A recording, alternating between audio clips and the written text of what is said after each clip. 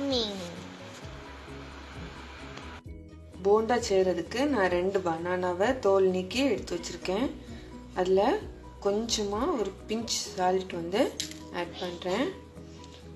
அப்புறம் 6 spoon sugar add பண்ண போறேன். இதை இனி நல்லா மேஷ் பண்ண போறேன்.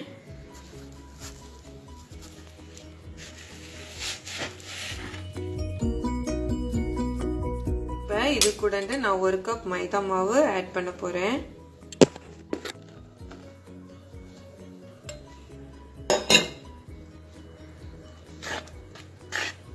நல்லா மிக்ஸ் பண்ணி கொடுத்துருக்கேன். வாட்டர் ஆட் பண்ண தேவையில்லை.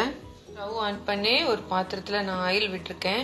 ஆயில் சூடானதும் ப்ரிப்பேர் பண்ணி வச்சிருக்கத கொஞ்சம் கொஞ்சமாக போட்டு ஃப்ரை பண்ணி எடுக்க போகிறேன். ஆயில் நல்லா சூடாயிடுச்சு. நான் இப்போ ஃப்ரை பண்ணி எடுக்க போகிறேன்.